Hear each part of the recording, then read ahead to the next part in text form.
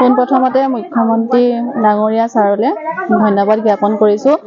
আমাৰ মহিলা আত্মসহায়ক গোটে বহুত দিন ধৈৰ্য ধৰি আছিলে, বিভিন্ন ধৰণৰ কামো কৰি আছিলে, তথাপিতো 10,000 টকাটো পোৱা নাছিলে। এতিয়া যিহেতুকে এপ্ৰিলত দিম বুলি ঘোষণা কৰিলে, সেই হেতুকে মানে 10,000 টকাটো তেওঁ দিলে আনন্দিত সঁচাই হ'ম। কাৰণ গৰু ছাগলী আৰু বহুতো মানে শিপিনীয়ে সেই পইচাৰ যোগেদিয়ে মানে দুখীয়া শ্ৰেণীৰ মানুহে আগবাঢ়ি যাম বুলি ভাবিছে।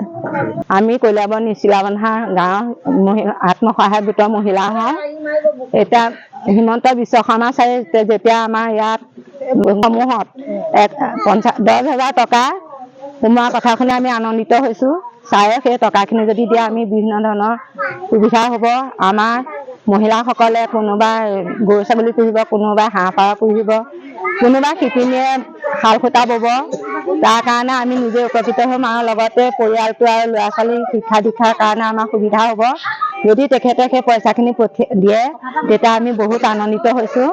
আজি আমি সকলো মহিলা গোট খাই লৈ আমি সেই কথাটোৰ ওপৰত আমি সকলোৱে আনন্দ ফূৰ্তি কৰিছোঁ।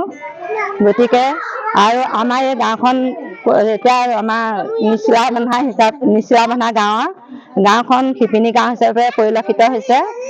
এতিয়া আমাৰ ইয়াত প্ৰায় 100ৰো অধিক মহিলা আছে শিপিনী।